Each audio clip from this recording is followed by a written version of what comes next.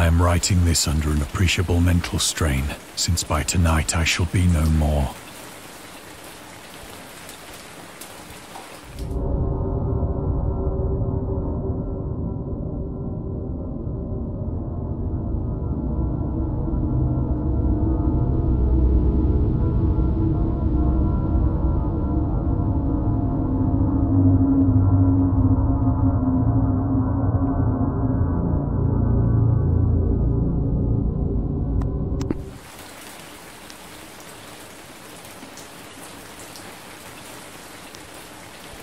Penniless, and at the end of my supply of the drug which alone makes life endurable, I can bear the torture no longer, and shall cast myself from this garret window into the squalid street below. Do not think from my slavery to morphine that I am a weakling or a degenerate. When you have read these hastily scrawled pages, you may guess, though never fully realize, why it is that I must have forgetfulness or death.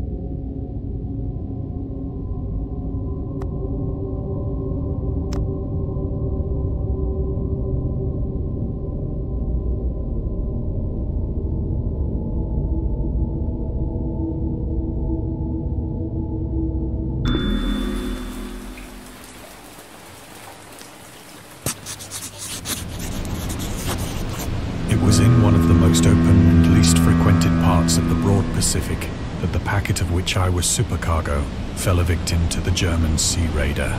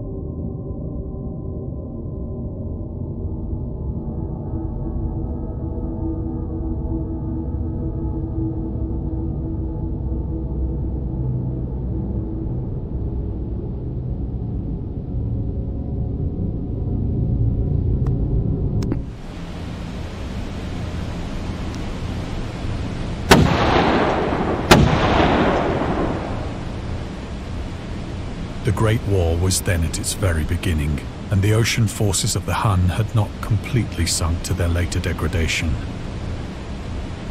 So that our vessel was made a legitimate prize, whilst we of her crew were treated with all the fairness and consideration due us as naval prisoners.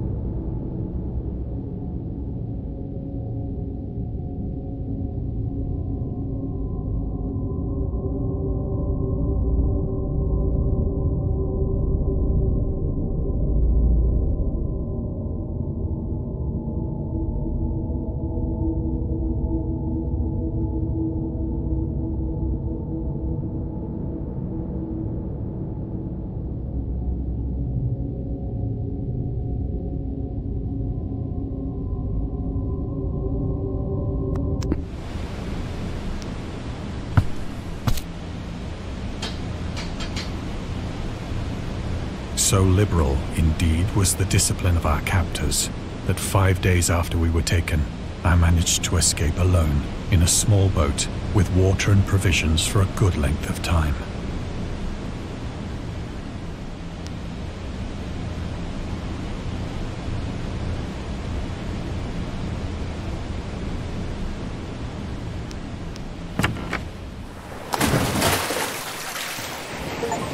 When I finally found myself adrift and free, I had but little idea of my surroundings. Never a competent navigator, I could only guess vaguely by the sun and stars that I was somewhat south of the equator. Of the longitude, I knew nothing, and no island or coastline was in sight.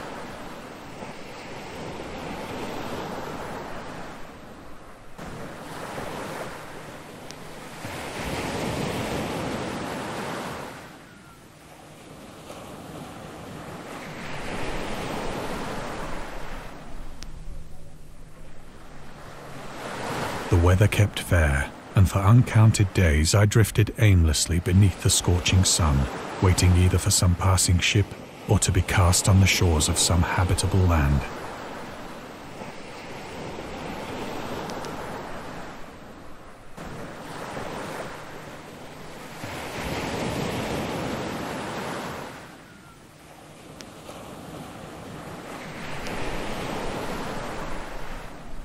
But neither ship nor land appeared, and I began to despair in my solitude upon the heaving vastness of unbroken blue.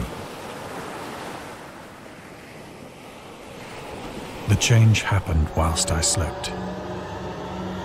Its details I shall never know, for my slumber, though troubled and dream-infested, was continuous.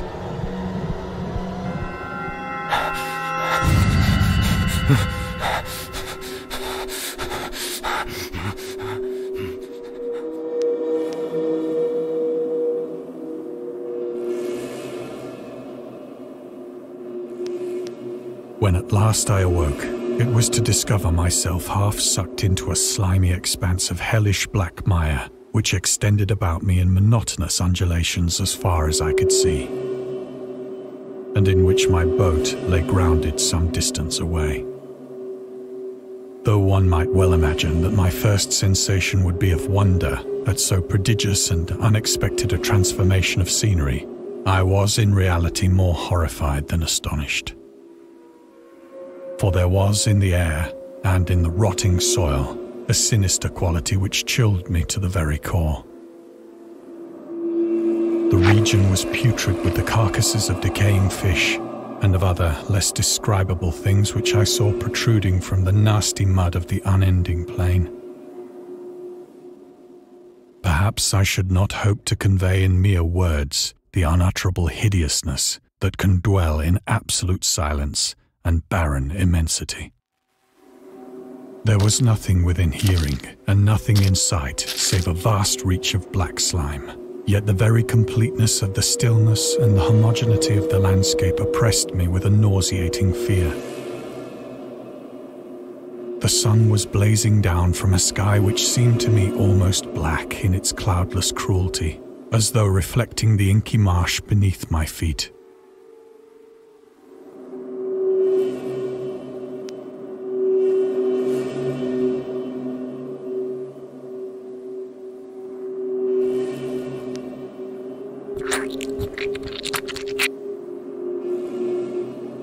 As I crawled into the stranded boat, I realized that only one theory could explain my position. Through some unprecedented volcanic upheaval, a portion of the ocean floor must have been thrown to the surface, exposing regions for which innumerable millions of years had lain hidden under unfathomable watery depths.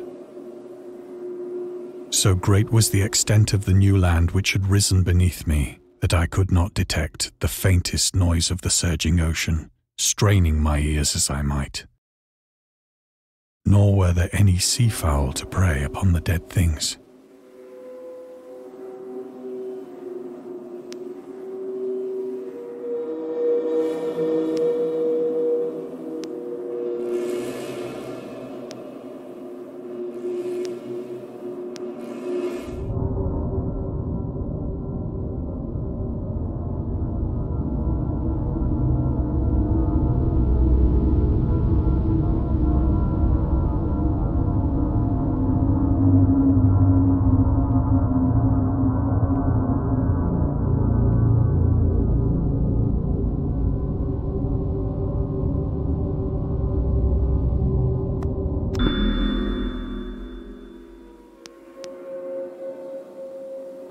For several hours I sat thinking or brooding in the boat, which lay upon its side and afforded a slight shade as the sun moved across the heavens. As the day progressed, the ground lost some of its stickiness and seemed likely to dry sufficiently for traveling purposes in a short time. That night I slept but little, and the next day I made for myself a pack containing food and water, preparatory to an overland journey in search of the vanished sea and possible rescue.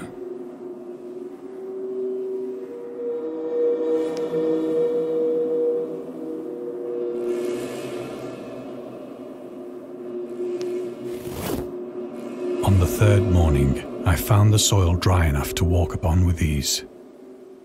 The odor of the fish was maddening, but I was too much concerned with graver things to mind so slight an evil, and set out boldly for an unknown goal.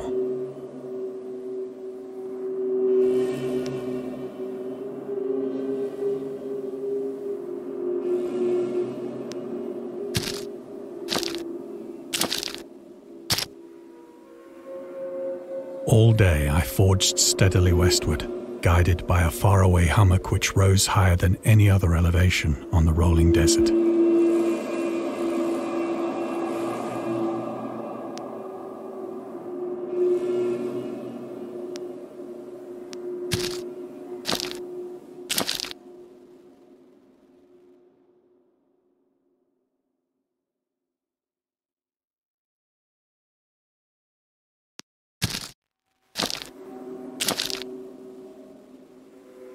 That night, I encamped, and on the following day still travelled toward the hummock, though that object seemed scarcely nearer than when I had first espied it.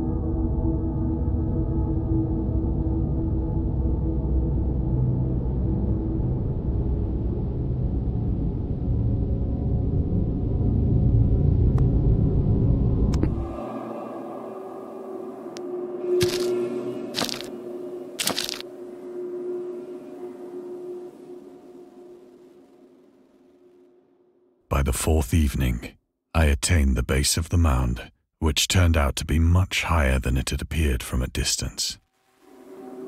An intervening valley setting it out in sharper relief from the general surface. Too weary to ascend, I slept in the shadow of the hill. I know not why my dreams were so wild that night, but ere the waning and fantastically gibbous moon had risen far above the eastern plain, I was awake in a cold perspiration, determined to sleep no more. Such visions as I had experienced were too much for me to endure again, and in the glow of the moon I saw how unwise I had been to travel by day. Without the glare of the parching sun, my journey would have cost me less energy. Indeed, I now felt quite able to perform the ascent which had deterred me at sunset. Picking up my pack, I started for the crest of the eminence.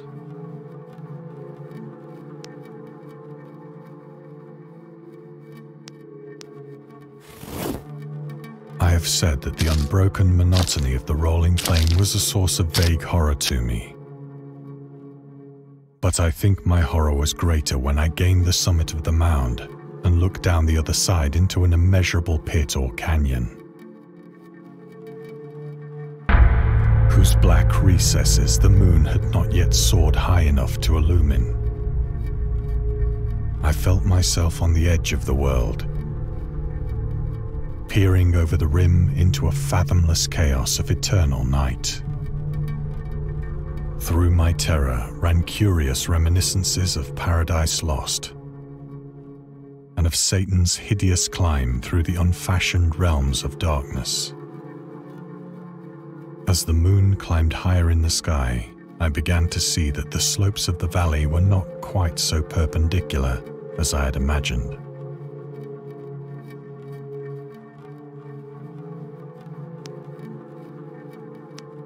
Ledges and outcroppings of rock afforded fairly easy footholds for a descent, whilst after a drop of only a few hundred feet, the declivity became very gradual.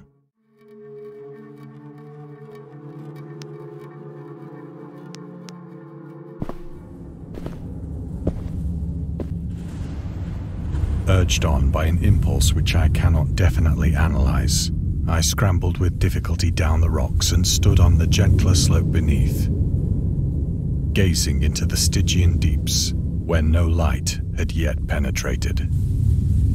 All at once, my attention was captured by a vast and singular object on the opposite slope, which rose steeply about 100 yards ahead of me. An object that gleamed whitely in the newly bestowed rays of the ascending moon.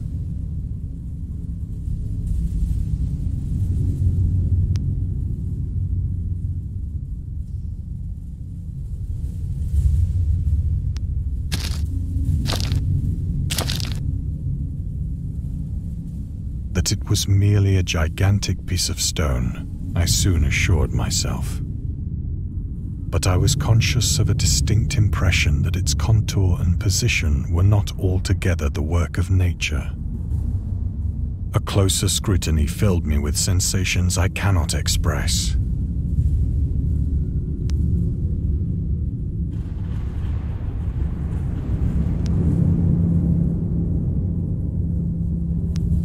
For despite its enormous magnitude, and its position in an abyss which had yawned at the bottom of the sea since the world was young, I perceived beyond a doubt that the strange object was a well-shaped monolith, whose massive bulk had known the workmanship and perhaps the worship of living and thinking creatures.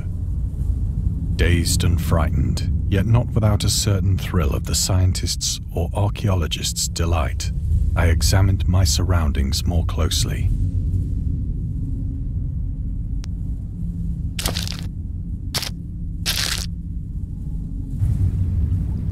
The moon, now near the zenith, shone weirdly and vividly above the towering steeps that hemmed in the chasm, and revealed the fact that a far-flung body of water flowed at the bottom, winding out of sight in both directions and almost lapping my feet as I stood on the slope.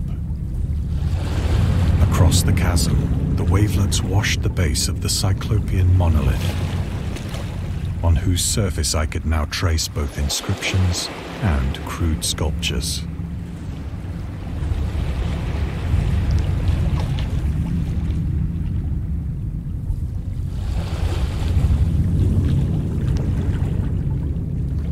The writing was in a system of hieroglyphics unknown to me and unlike anything I'd ever seen in books, consisting for the most part of conventionalized aquatic symbols such as fishes, eels, octopi, crustaceans, mollusks, whales, and the like. Several characters obviously represented marine things which are unknown to the modern world, but whose decomposing forms I had observed on the ocean-risen plain. It was the pictorial carving, however, that did most to hold me spellbound.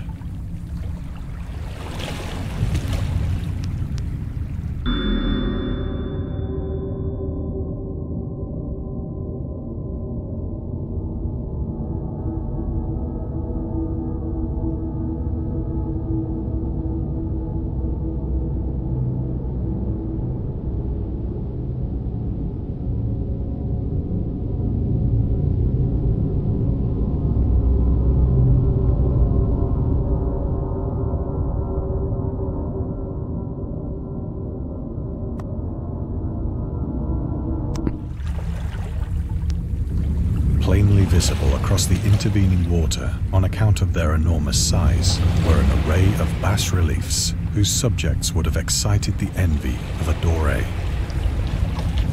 I think that these things were supposed to depict men, at least a certain sort of men, though the creatures were shown disporting like fishes in the waters of some marine grotto, or paying homage at some monolithic shrine which appeared to be under the waves as well.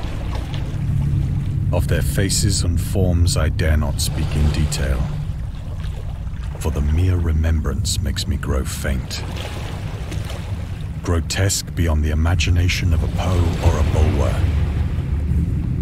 They were damnably human in general outline, despite webbed hands and feet, shockingly wide and flabby lips, glassy, bulging eyes, and other features less pleasant to recall.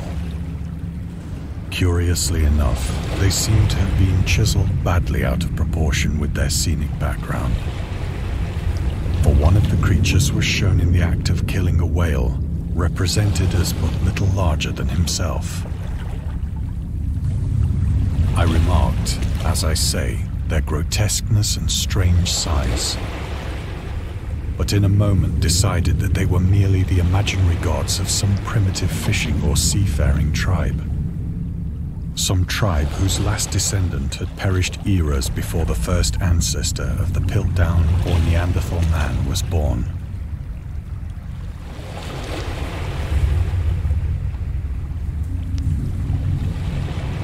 Awestruck at this unexpected glimpse into a past beyond the conception of the most daring anthropologist, I stood musing whilst the moon cast queer reflections on the silent channel before me. Then, suddenly, I saw it. With only a slight churning to mark its rise to the surface, the thing slid into view above the dark waters.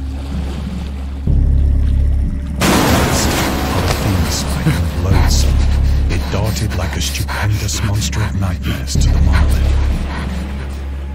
about which it flung its gigantic scaly arms, the while it bowed its hideous head and gave vent to certain measured sounds.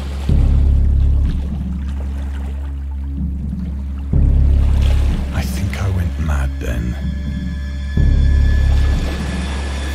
Of my frantic ascent of the sloping cliff and of my delirious journey back to the stranded boat, I remember little.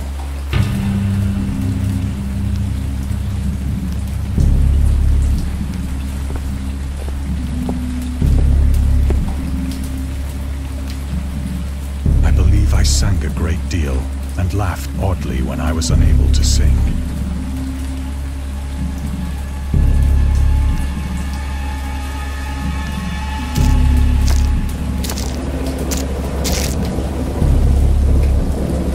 I have indistinct recollections of a great storm sometime after I reached the boat. At any rate, I know that I heard pearls of thunder and other tones which nature utters only in her wildest moods.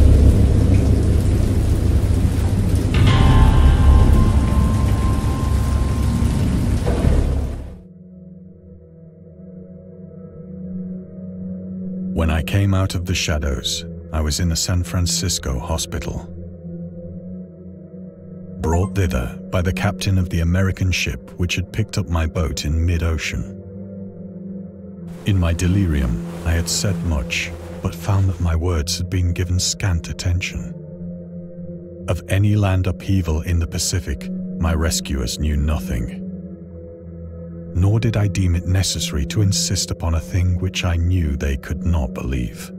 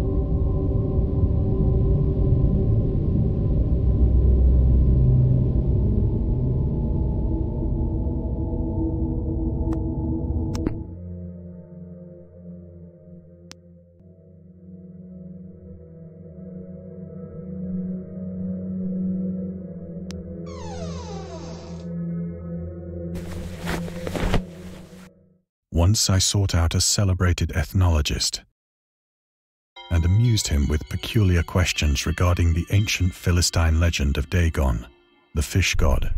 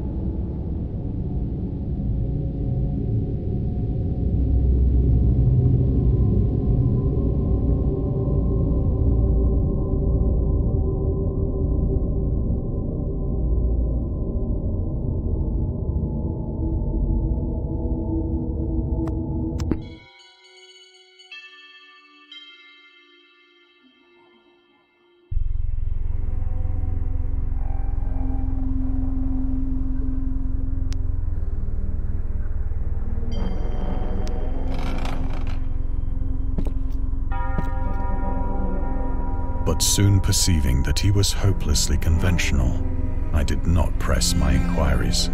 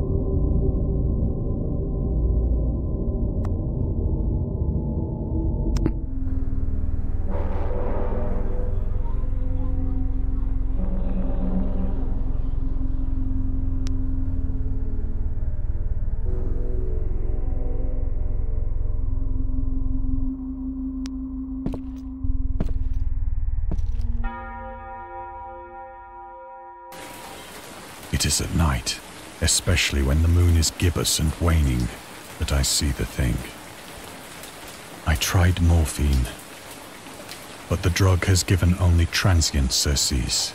and has drawn me into its clutches as a hopeless slave. So now I am to end it all, having written a full account for the information or the contemptuous amusement of my fellow men.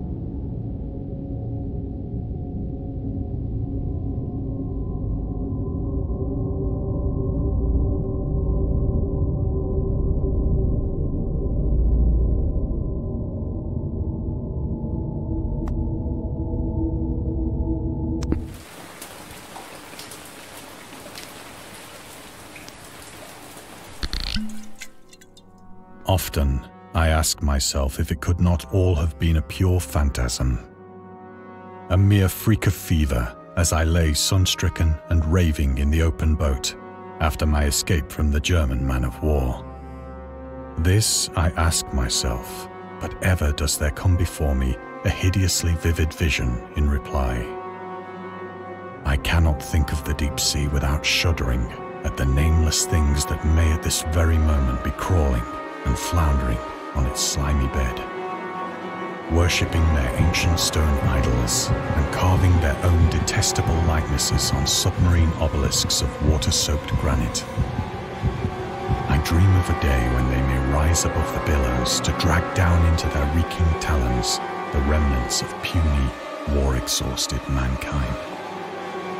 Of a day when the land shall sink and the dark ocean shall ascend amidst universal pandemonium.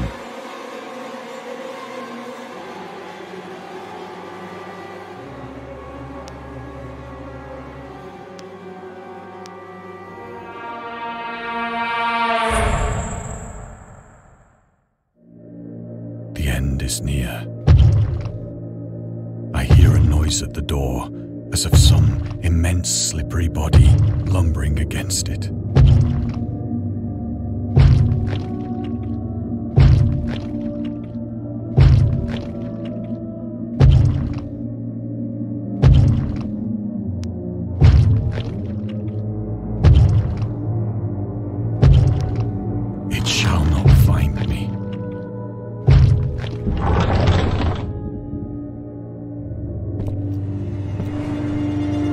God, that hand!